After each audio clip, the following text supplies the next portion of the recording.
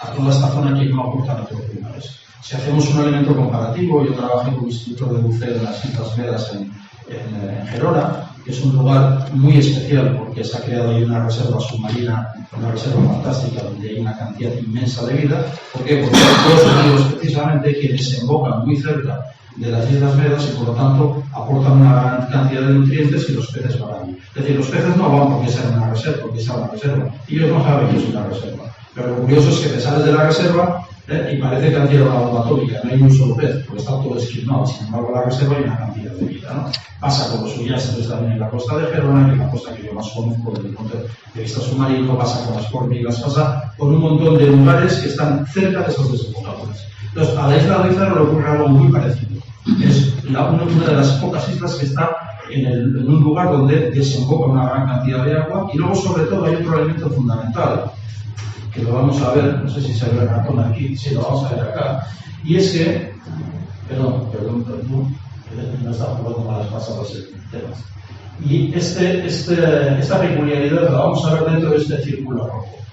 Bien, como todos conocemos, los pescadores aquí le llaman lo que se llama el cancil, las playas, etcétera, todo lo conocen los pescadores más que de sobra, donde van a pescar donde ya hay profundidad, es decir, donde la plataforma continental, de repente de unos 150 a 200 metros hay un escalón, ese escalón cae y ya baja a 1000 y pico metros, y donde normalmente suelen estar los caladeros más importantes.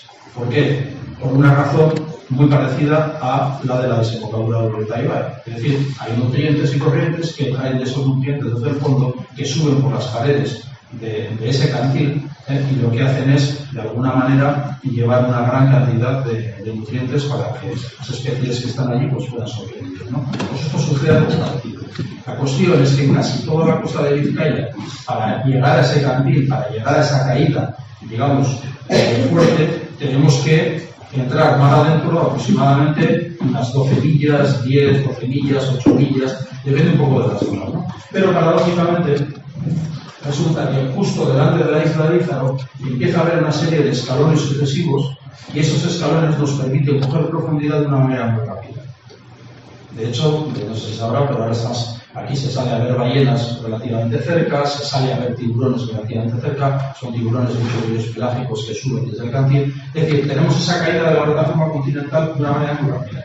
Y hay un primer escalón que está justo delante de Ízaro, que va de 17 metros que tenemos aquí marcados, voy a utilizar el ratón para que no me la apoyen, a 43, que es lo que llamamos el porte de Ízaro. El porte de Ízaro es un sitio que a un buceador de 17 metros es una profundidad razonable, 43 es una profundidad ya más importante, pero que prácticamente casi cualquier buceador deportivo que tenga dos escalafones de buceo, por ejemplo una estrella y 2 estrellas, o lo que 4 ya avanzado, puede hacer una inversión tranquila. Y esa pared recoge los nutrientes que vienen de la plataforma continental, recoge los nutrientes que vienen también del sur de Itaibái, y lo que permite es que haya una cantidad de vida absolutamente increíble. Esta imagen, que probablemente cualquier persona que la vea por primera vez del País Vasco va a pensar que esto es sobre el Caribe, porque esto es la isla Ízaro y esto es la pared de protección. Lo que ven son una especie de ramos, son lo que llamamos gorgonias, que en realidad son animales, son una especie de corales blancos, ¿de acuerdo? Pero la cantidad de gorgonias de todos los colores, de todas las especies, es tremenda en esta pared. Es una cosa que yo no he visto nada parecido a lo que hay aquí, más que, como digo, en el Mediterráneo. En algunos lugares del Mediterráneo donde son reserva marina, ojo, cuidado, porque en el resto de los sitios se han esquilmado. ¿Qué sucede con estas gorgonias, con otras sedilaccionarios, etcétera, que hay alrededor? Que lo que crean son ecosistemas, y al final esos ecosistemas se llenan de peces. Donde hay peces pequeños, hay peces grandes que se comen a los pequeños. Donde hay peces pequeños, hay peces, habrá también crustáceos, y los peces pequeños comen a los crustáceos. Al final es la cadena de la vida, ¿no?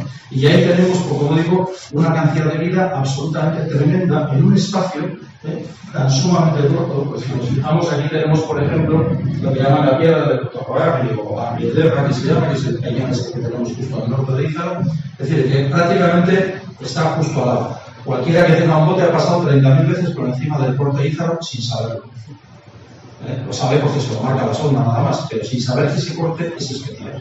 El resto de la costa, si se fijan, para coger esa profundidad, para ir de 17 metros hasta una profundidad mucho mayor. Aquí tenemos 41 metros en la batimetría, aquí tenemos 17, aquí tenemos 14 y para ir a 41 metros nos tenemos que ir hasta aquí. Fíjense en la diferencia de distancia que se necesita, que va de una manera mucho más progresiva, ¿no? Bueno, pues ese es uno de los primeros elementos que son importantes en la isla y que desde el punto de vista submarino le da un carácter muy especial, obviamente Izar no es una reserva, pero este tipo de, digamos, de geografía submarina le permite de alguna manera conservar las especies, incluso a pesar de que haya presión de pesca deportiva, de pesca profesional, de lo que fuere, pero le permite conservar las especies. Por eso digo que conocemos las especies que hay de la línea de agua para arriba, o sea, las aves que están anidando en Izar, etcétera, etcétera, pero es claro que se conoce un poco de lo que hay debajo del agua. Como digo, pues bueno, pues tenemos gorgonias, aquí hay un salmonete, en fin, esto que vemos aquí es una mano de gordo que se llama, que son accionarios, un coral blanco, los hay en grandes cantidades, de todo tipo además, langostas, o sea, bueno, hay absolutamente de todo, hay un ecosistema riquísimo, de verdad. Hacer una inversión allí en condiciones normales es una inversión muy bonita. Si hay algún buceador por ahí, alguno he visto que ya asentía, sabe perfectamente de lo que estoy hablando. Tenemos siempre ese prejuicio de que el Cantábrico es un mar oscuro, es un mar oscuro cuando hace mal día, como hoy, pero cuando tenemos una cierta claridad de agua y tenemos un día bonito y de sol, es un mar perfectamente maravilloso, principalmente porque tenemos una gran cantidad de vida, y como digo, hay una cantidad de algas importantes que eso también crea ecosistemas. Bien, además de todo esto, también hay una serie de, llamémosle, artefactos y elementos arqueológicos que a veces pasan desapercibidos, pero que los buceadores sí que vemos, y que nos cuentan pequeñas historias. Quizás no tengan demasiada importancia, pero sí nos cuentan pequeñas historias. Yo me acuerdo que hace 30 años, haciendo una inversión justo donde están las escaleras que hizo Isabel la Católica, justo delante del puertito llamaban el puertito de Izaro, ahora además una inversión que no fue demasiado buena, porque se me partió el tímpano del oído y la verdad es que estaba por hacer el burro y estaba absolutamente desorientado, ¿no? Pero de entrada, en una planchita de arena entre alas, encontré un obús enorme. Lo primero que pensábamos directamente que eran obuses de la guerra civil. Aquí hay una de las imágenes de las que saqué posteriormente, que ahora estaba un poco turbia. Aquí vemos una parte que está la punta del obús, hay otra parte también de otro de los obuses confeccionados. Bueno, pues la verdad sea dicha es que está toda la zona, especialmente toda la zona del este de la isla, está llena de obuses. Pensé que eran de la guerra y resulta pues que al final no son de la guerra. El Chancha ha tenido que ir en más de una ocasión también porque algunos estaban incrustados en superficie, entre las rocas de la propia isla, y han tenido que ir, porque a algunos de ellos todavía les quedaba algo de carga, han tenido que ir a explosionarlos de manera controlada, pues bueno, pues para que no sucediera nada, ¿no? Y el caso, por lo visto, quizás vosotros lo conoceréis mucho mejor que yo, es que se debían hacer maniobras militares desde la costa de Azora, se debían hacer disparos, no sé si el ejército, o también un puesto, si no me equivoco, allí de... Una empresa probaba morteros. O una empresa probaba morteros, luego también había un puesto, me parece que era una especie de chalet que está medio abandonado, había un puesto, no sé si era de tipo de aduanas o algo por el estilo, o de carabineros o algo por el estilo. Bueno, total, pues entonces las pruebas de mortero que se hacían las dirigían hacia la isla. Claro, entonces la isla está plagada. Entonces ya tenemos un elemento que a primera vista, cualquiera que sea historiador, lo primero que va a pensar es que estamos hablando de un elemento de la guerra civil. Y el no conocer a veces las circunstancias locales que hacen ellos, pues como la presa de morteros, pues probablemente no lo hubiéramos sabido. Hubiéramos empezado a pensar por qué había tanta cantidad de morteros ahí de la guerra civil, cosa que no tiene nada que ver con la guerra civil. A que vean a veces como lo curioso que nos puede resultar incluso a nosotros mismos el no conocer la historia de una manera más o menos. Pero luego ya sí que vamos a una parte que a mí me parece la más interesante y uno de los trabajos que llevo haciendo un montón de años y que me apasiona es obviamente los pecios y los naufragios que ha habido en la costa, estudiarlos y cuando se puede, pues mantenerlos. Porque si Antón decía que mantener los muros de Izaro es complicado, no les digo nada, que nos den presupuesto para excavar un barco submarino. Eso ya es un unicornio de oro, ¿no? Pero bueno, en fin, se hace lo que se puede, ¿no? Entonces, hay una serie de naufragios que sí que están documentados y que están muy relacionados con la isla de Izaro. Simplemente era traerles unos cuantos para que vean que la isla no solamente es todo lo que conocemos de naturaleza ahora, incluso no solamente la exposición que tenemos arriba, sino que también hay una historia submarina asociada al mundo submarino, que creo que también es interesante, ¿no? Para empezar, como saben, hay un punto a la hora de navegar, que es lo que llamamos el bajo de Ocharri, que es esta zona de aquí, que son unas piedras, que se suele decir que son piedras que velan, porque con determinado tipo de marea, igual que los pecios que velan, es decir, cuando un pecio aparece parte de su estructura en superficie, es que ahí rompe la mar y por lo tanto se puede ver. Es una zona que es muy complicada para la navegación si no se conoce. De hecho, ha habido muchísimos accidentes en esa zona porque estas rocas que están aquí tienen tan poca profundidad, la gente cree que es un canal libre que puede pasar si no conoces bien la costa y te puedes llevar esas rocas sin ningún tipo de problema. Pero al margen de esa situación, el desconocimiento a veces de la isla ha hecho que haya habido naufragios, como vamos a ver ahora a lo largo de la historia, en toda aquella zona, o naufragios que están relacionados con la zona. Es decir, lo que quiero decir es que hay una serie de elementos que son peligrosos para la navegación y que en un momento dado o lo conoces muy bien, o eres un piloto que has navegado por aquí, o has navegado por aquí, o por ejemplo las piedras de Ocharri es el lugar justo, yo creo que por eso se llamaba Ocharri, las ropas, o el de las ropas, por el hecho de que parecía que estaban ahí esperando a que alguien llegase y... O sea, para que alguien llegase y lo pudieran emitir, ¿no? Originalmente, probablemente antes de la subida del nivel del mar que hemos experimentado en los últimos 10.000 años, la isla estuviese conectada precisamente con la costa a través de esta zona. Porque en realidad si buceamos desde la punta de la isla, si buceamos desde aquí, desde la punta de la isla en dirección a la costa, vamos siguiendo en todo momento una falla submarina, una especie de roquedal, o sea, una especie de arrecife submarino que sube un momento el Ocharri y vuelve a bajar, pero que en realidad tiene muy poquita profundidad y que nos lleva hacia la costa, una especie de pasillo, ¿vale? Esa es otra de las características importantes, para mí, desde mi punto de vista de la isla. Y ahora vamos ya a los naufragios que tenemos documentados. Hay muchos más de los que he traído, pero sí que voy a comentar un poco, quizás los más espectaculares. Este pecio, este naufragio, que es el Galeón San Bartolomé, es un barco que se hundió el 13 de noviembre de 1597 y es un barco que no se hunde en Faro, pero sí quería, yo sí lo he vincularizado simplemente por una frase que me encontré en la documentación.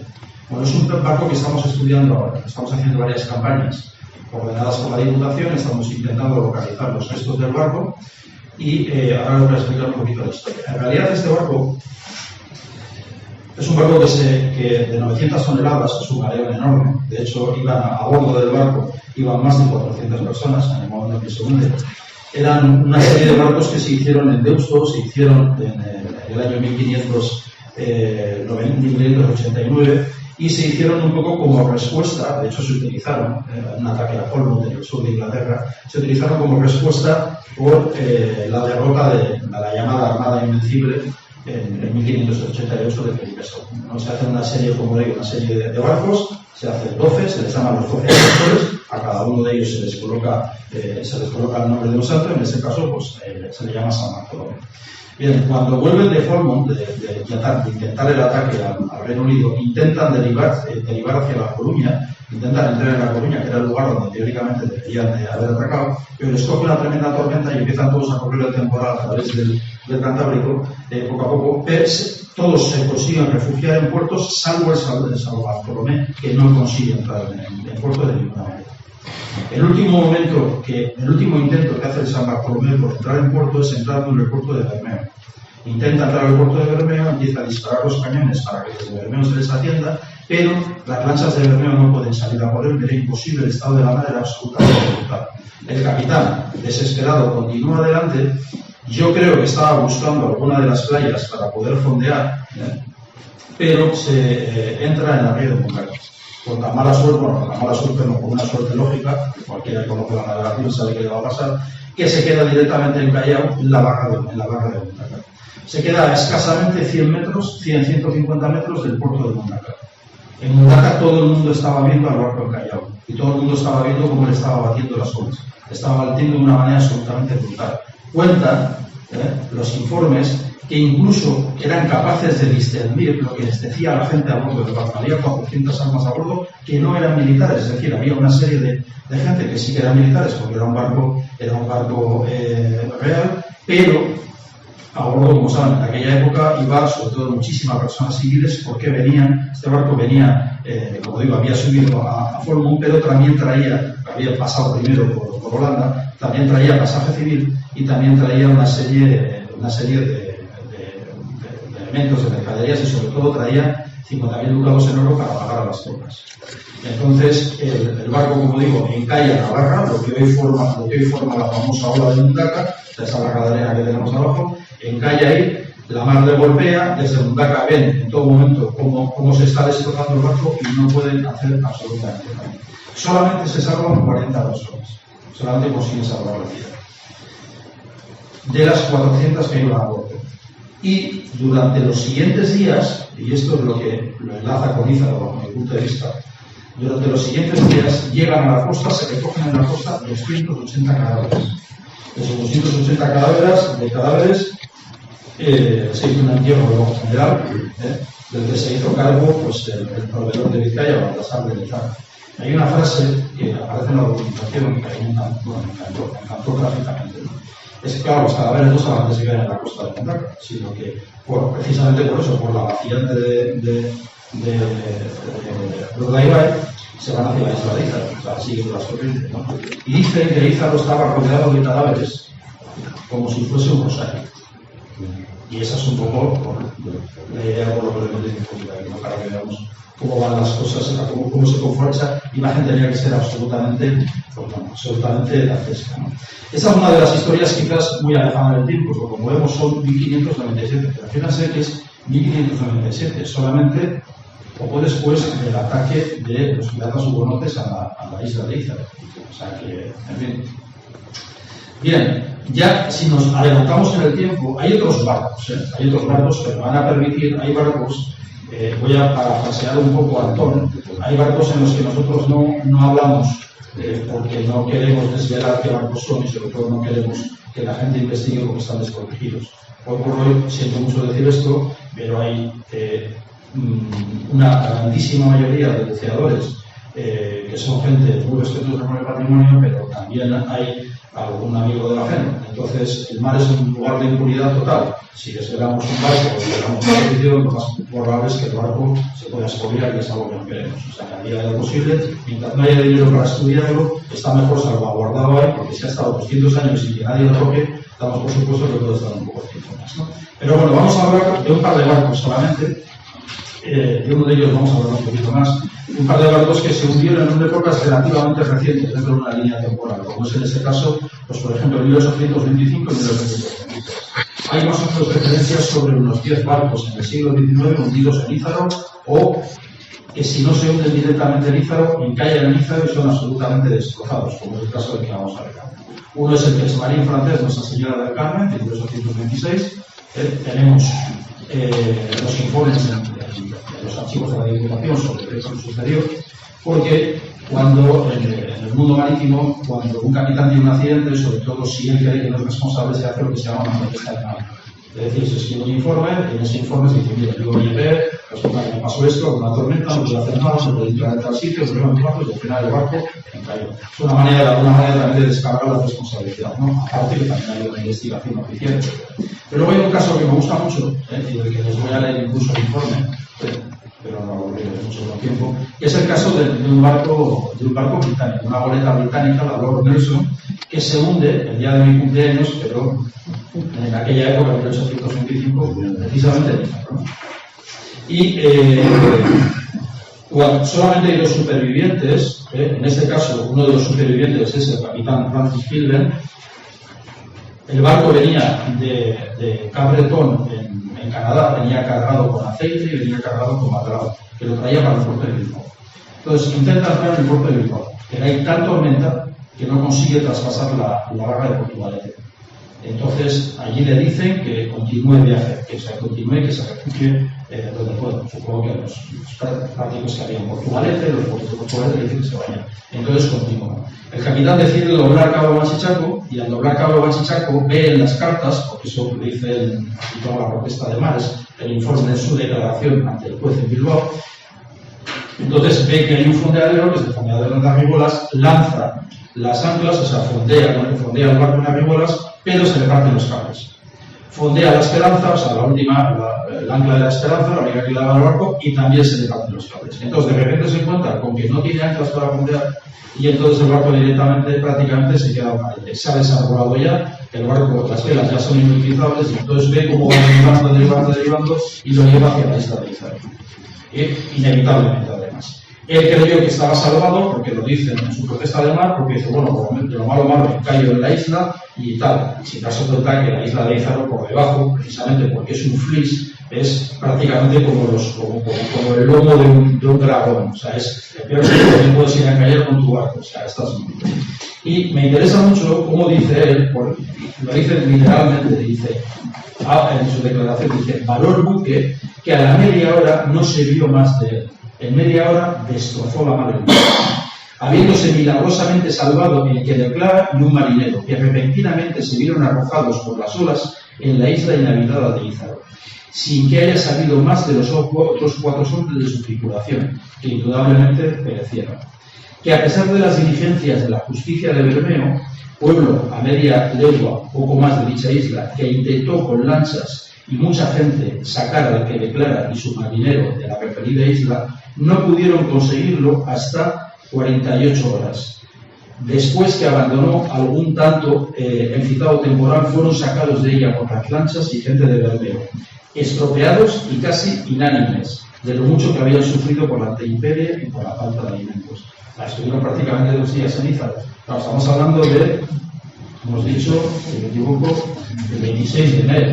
O sea, un día de invierno como el de hoy, no como que tenemos últimamente, o sea, como los de hoy. O sea, el 26 de enero, ahí probablemente totalmente mojado, con la última roca que tenías, etcétera, de donde 48 horas en Ízaro tuvo que ser absolutamente penoso. Estarían probablemente, pues eso, al borde de la hipotermia, totalmente deshidratados, etcétera, y lo sacaron 48 horas después. Total, que se salvan Francis Ivan y John Vigo, que es el marinero que va a correr, y los otros 4 marineros perecen. Hay otra parte que me interesa también, porque hay una declaración que se hace desde Bermeo.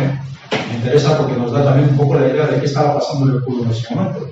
Porque dice, habiendo salido, esta es una declaración que se hace desde aquí, habiendo salido 3 lanchas bien equipadas con 20 hombres y más, han vuelto a cosa de las 3 horas de esta tarde sin poner en práctica su deseo a la humanidad, a causa del recio temporal y procelosos mares, con inminente peligro de sus vidas, como que en la parroquia de Santa Eufemia de esta villa ha habido que replicar aparece ahí, no se lee bien, he interpretado yo simbalilo, o simbalillo, no sé qué sería. Simbalillo sería. Simbalillo. ¿Ves cómo me viene bien que venga nuestro director emérito a que esté aquí? Cimbalillo, me viene de maravilla, ahora ya sé lo que es, Cimbalillo, ¿no? Para reunir a la gente devota y elevar sus preces al Señor para aplacar el temporal. Que don Santiago de Uriarte, uno de los beneficiarios de esta villa, se ha presentado con su bonete en el castillo denominado con el nombre de la misma parroquia, a conjurar a la nube con el fin de absolver, en el caso de que hubiese habido alguna desgracia, entre los marineros de dichas lanchas. Me encanta lo del nombre con el bonete, con el nombre de Santa Eufemia, pues intentando absolver a aquellos que hubieran muerto en el rescate de esto, ¿no? Bueno, esas son esas imágenes pintorescas que a veces conseguimos rescatar de los archivos. Para todo esto, estos están los archivos de la Diputación, pues son los archivos judiciales, que son los archivos a veces áridos hasta la náusea, o sea, además de que están en un lenguaje, pues un lenguaje judicial de aquella época, a veces están con una letra horrorosa, de una manera de Moraimel, un ejemplo de descifre, pero bueno, que nos encontramos con historias que a veces hay que repasar. Pero luego te encuentras con estas pequeñas joyas, que a mí de alguna manera, que me gusta contar historias, lo que hace es completarme por decirlo de alguna forma, ¿no? Bueno, pues como digo, este es uno de los naufragios. A mí me parece muy interesante porque tenemos una historia humana detrás. De otras solamente sabemos que tal barco naufragó, que perecieron la gente, etcétera, etcétera. Continuamos un poquito más adelante. Nos vamos a la práctica, a la Primera Guerra Mundial, pero sin que sea un acto de guerra. Al principio se pensó que era un acto de guerra. Es un buque inglés, que curiosidad es el SS Cortés, que se hunde justo delante de la isla de Ízaro. Y son rescatados los tripulantes, eso sí que es cierto, son rescatados y llevados a continente. Pero la noticia, me gustaría leerla en el periódico tal como aparece en el Liberal de Bilbao, justo al día siguiente. Dice, un barco inglés echa pique a otro. porque eran dos barcos ingleses, curioso. Al principio se pensó que era un submarino alemán, que era lo típico, porque había varios submarinos alemanes por aquí, especialmente uno, que se dedicó a abrir barcos a patadas, delante del Cabo Villano, y directamente los noruegos, etcétera, etcétera, porque estaba apostado justo a la entrada de la hora de Bilbao para intentar interrumpir el tráfico de hierro que se enviaba de aquí a Inglaterra y el carbón que se traía de Inglaterra. Pero, yendo un poco a lo que estamos, frente a Machichaco, un barco inglés echa pique a otro. Los madrugadores que a las 5:30 de la mañana de ayer vieron entrar en el Abra a un barco inglés con toda la proa destrozada, supusieron en el primer momento que habría sido cañoneado por algún submarino. Pronto circuló la noticia en Bilbao, desbordándose la fantasía. No tardaron mucho en saberse lo ocurrido. Anteanoche salió de nuestro puerto el vapor inglés Perles de unas 5.000 toneladas. Al llegar a la altura de Cabo Machichaco, abordó a otro barco inglés, el Cortés, partiéndolo en dos.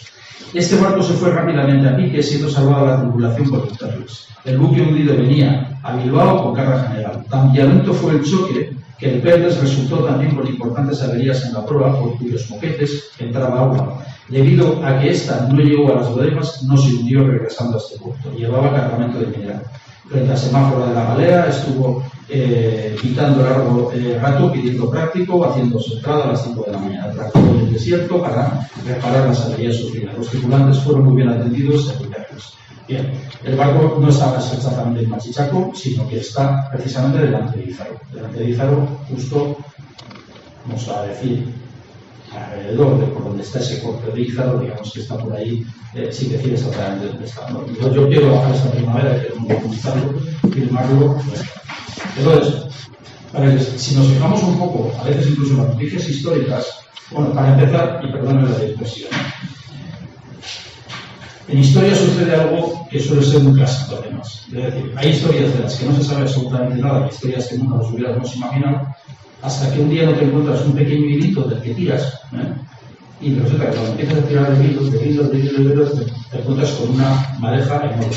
Lo he dicho de otra manera, como decía también el director del museo, y cuando la rascas con la uña un poquito, de repente te encuentras una historia por debajo tremenda. Este tipo de cosas pasan parecidos. Nadie habría oído hablar, salvo los cuatro que conocemos más o menos estas cosas, probablemente nadie habría hablado de Cortés, porque estamos hablando, fijaos, estamos hablando del 26 de abril de 1917, que se podría haber mantenido de alguna manera la memoria más o menos histórica en el pueblo. Decía que el barco inglés que se hundió aquella vez tal, porque mi abuela era del siglo, era de 1900. O sea, mi abuela tenía 17 años en esta época.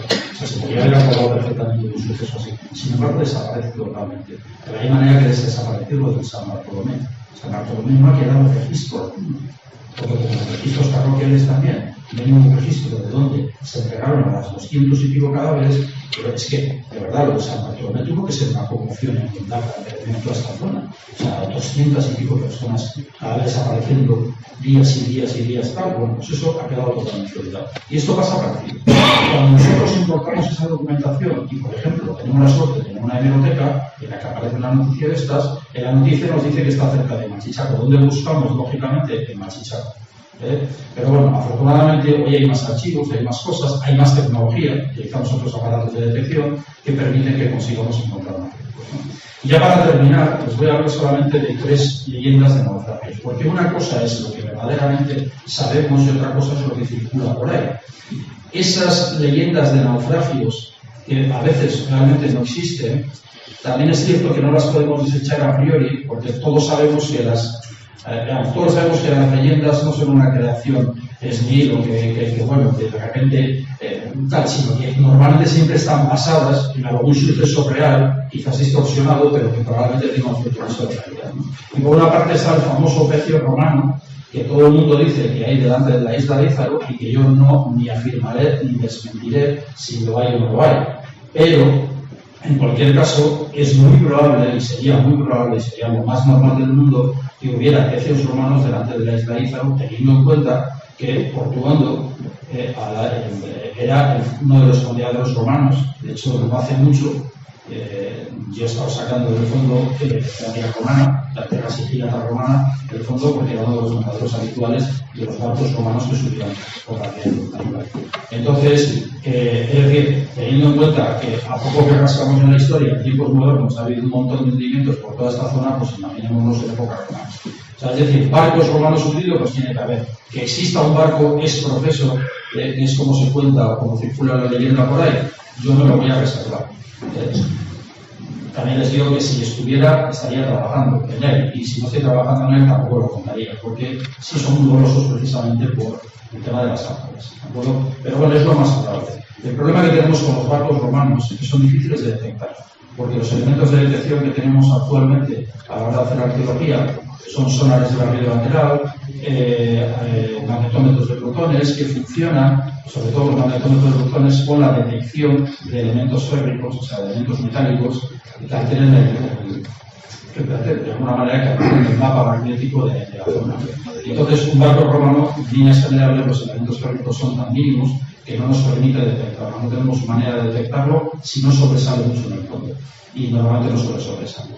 Esta es una de las serpientes de verano, que es el pecio romano, porque igual el día aparece y sacamos, ojalá apareciese, ojalá lo investigáramos y ojalá pudiéramos exponerlo en el museo. Luego la otra gran serpiente es un famoso motor que todo el mundo dice que unos pescadores consiguieron sacar en una red entre la isla de Ízaro, es decir, en el canal entre el Ízaro y Bermeo, un motor de avión que todos atribuyen a un Junkers 52 de los que entraron por Urdaibai a bombardear Guernica, y al bombardeo de Guernica. No he conseguido que nadie, o sea, me lo ha dicho mucha gente, que ese motor se sacó y queda de avión y que se le llevó inmediatamente la Guardia Civil, pero no he conseguido que nadie me diga de verdad quién sacó ese motor de ese avión. Eso por una parte. Por otra parte, me he encontrado ya con gente mayor, ya muchos son, hace 10 años, y me acuerdo que estuve haciendo una entrevista a uno de los Budaris que estuvo en alguno de los batallones de Budaris vascos, y que me decía que efectivamente que hubo un avión alemán que de la batería de Soyuz consiguió derribarlo cuando volvía de bombardear y que por lo menos hundieron eso. Pasa que ese mismo hombre, luego me enteré que ese mismo día, porque decía que habían estado a la batalla de Orgalia, él no estaba en ese batallón y estaba en Soyuz, sino que estaba destinado, no sé si era de Durango. Es decir, al hombre, cada vez que veía una batalla, yo estaba allí, yo estaba allí. Bueno, ya una vez tenía 90 y tantos años, se lo vamos a perdonar. En fin, como digo, es una de las serpientes de verano, pero que está. Al final se crean una serie de mitos alrededor del mundo submarino, porque el mundo submarino tiene una ventaja. Como no es accesible, no se pueden desmentir los mitos. Porque si yo le digo que en Soyuz pasas por el caminito de tal, resulta que hay un monolito egipcio, pues la gente dice, perdón, monolito egipcio no, pero bajo la muy poca gente puede entrar. Entonces ahí se van creando cosas. Y la gran serpiente de verano que existe también sobre este tema son los famosos periscopios, que todos quizás alguno más que otro hemos oído, de que todas las cofradías de pescadores te cuentan que alguien sacó con las redes el periscopio de un submarino alemán de la Segunda Guerra Mundial. ¿Hubo submarinos alemanes de la Segunda Guerra Mundial operando aquí? Sí, pero sabemos qué submarinos eran, qué les sucedió, cuántos eran y qué días estaban. Tenemos hasta los cuadernos y los diarios de navegación de los comandantes de los submarinos norteamericanos, había 2 norteamericanos de aquí, británicos y alemanes. O sea, es decir, tenemos toda la historia escrita. ¿Puede haber algún submarino que se hubiera hundido aquí alemán y tal? Sí, porque yo estudié un submarino que teóricamente debería de haber estado en las costas de Marruecos y resulta que se encontró en la entrada del Jersey, es decir, al otro lado del Atlántico. Entonces, pueden existir cosas porque a veces los barcos no están donde se supone que deberían estar. Pero bueno, como digo, se dice eso, pero es que he recorrido el Cantábrico y en todas las cofradías de pescadores me dicen exactamente sí, es que el periscopio, aquí estuvo el periscopio no sé cuánto tiempo, ya, ¿y quién lo tiene? Pues no sé quién se lo llevó, ya, pero nunca está aquí el que se lo llevó y el que lo sacó no aparece ninguno de ellos. Total. Esta pequeña ha sido simplemente una pequeña visión general, no vamos a ir más allá, no me voy a aburrir más, pero una pequeña visión general de qué es ese mundo submarino en el que también Ízaro está implicado. Si consigo que de alguna manera vean a Ízaro Yo creo que con la exposición hemos conseguido que se le vea de una manera diferente. A empezar porque las piezas que están arriba, para mucha gente era impensable que eso pudiera estar en ese peñasco que está allá al otro lado del tanto. Yo creo que ha sido una... Pero si además podemos incluso abrirles una puerta más en la que vean una realidad de Ízaro, que es una realidad escondida, que es su riqueza submarina y la historia asociada a esa riqueza submarina, pues bueno, yo creo que nos podemos dar, como diría que no hago repetir la expresión con una conciencia. En fin, pues muchísimas gracias.